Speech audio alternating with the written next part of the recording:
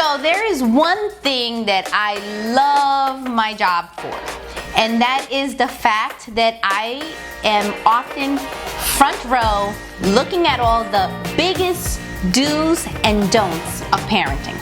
And today we have created a list of tips for all those parents of teenage kids.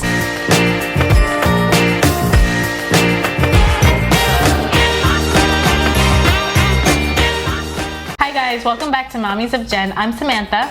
And I'm Vanessa. And we make videos about how to teach, love, and care for your kids. So if you like what you see here, remember to subscribe, like our videos, and hit that bell so you never miss one. So I'm going to be a little biased right now because I love all of our tips today. I really feel strongly about all of them.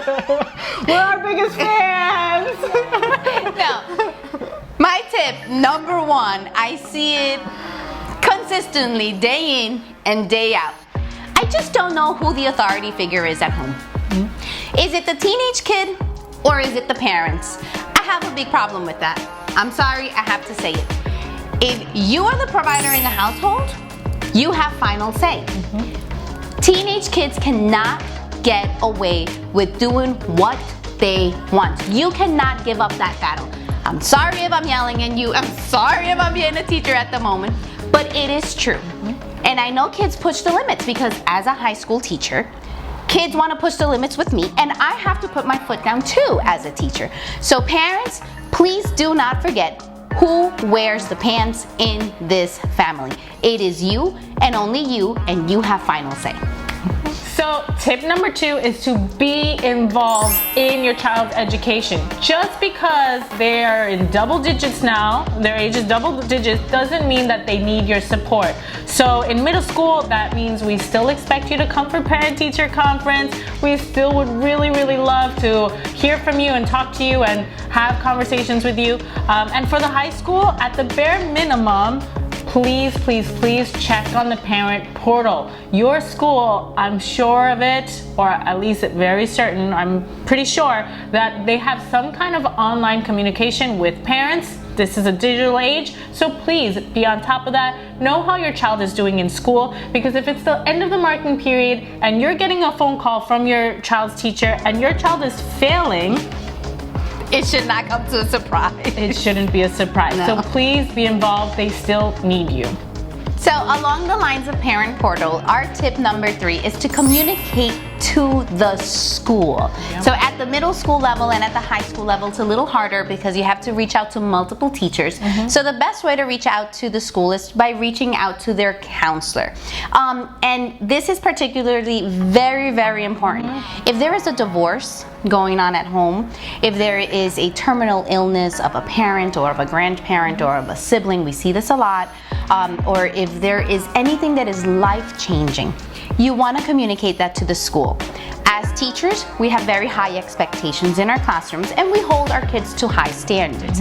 However, oftentimes when we hear about something, an event like this going on, A change. Yes, a change. It kind of just humanizes us and it reminds us that these are children and that we need to take a different approach with them. We want to be sensitive to what they're going through. So a lot of the times when we hear something like that, we go, oh my God, that explains a certain behavior, or that explains why they're not doing their homework. Absolutely. That explains why they're just not fully 100% present in the classroom. So communicating to your school any life-changing event, it is crucial. Absolutely. So the 4th tip is to limit screen time and monitor your child's internet use.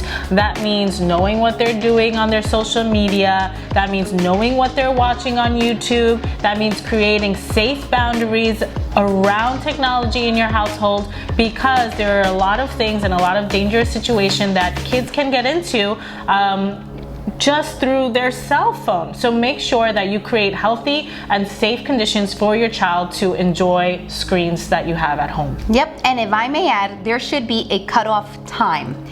You do not understand how many times my first period class, I have 5-6 students falling asleep in class.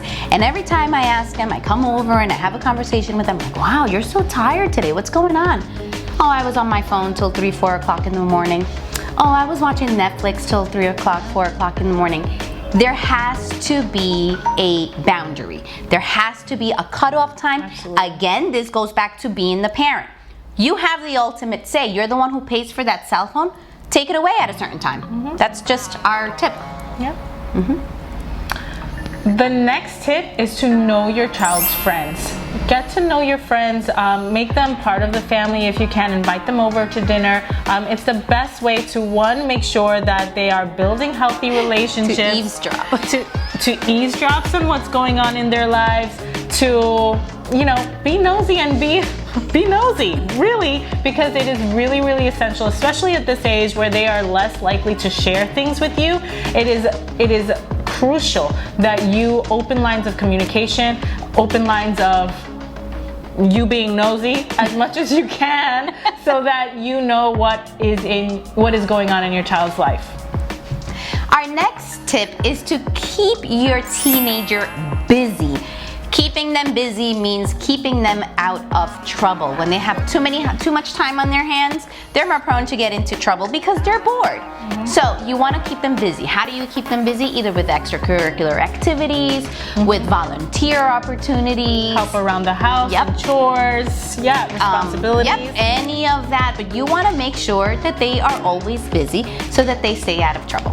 This brings us to our last tip, which is to have those hard conversations. So there are many conversations that you have to have at this age that may feel uncomfortable, but if they're not learning from you, they're learning it somewhere else. So make sure that you have those healthy conversations, like have the conversation about safe sex, about alcohol, about drugs. These are not pleasant conversations. We don't even like to think about our children in these contexts, but they are important. It is the reality. It is important for us to be grounded in what is actually going on in the world around our children and not keep them in a bubble, because that is the only way we can keep them safe.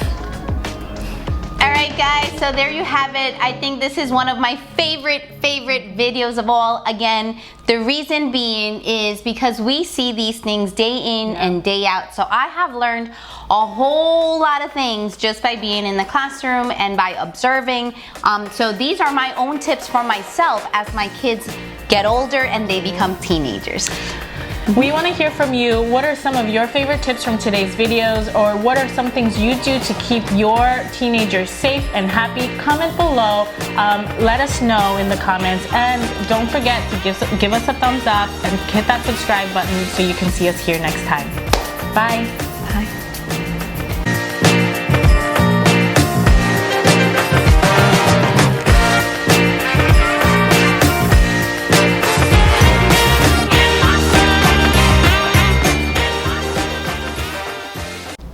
So I'm gonna be a little biased today.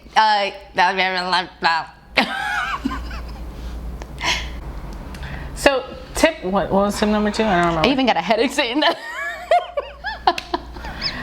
It's so I think I'm pregnant. I think you're pregnant.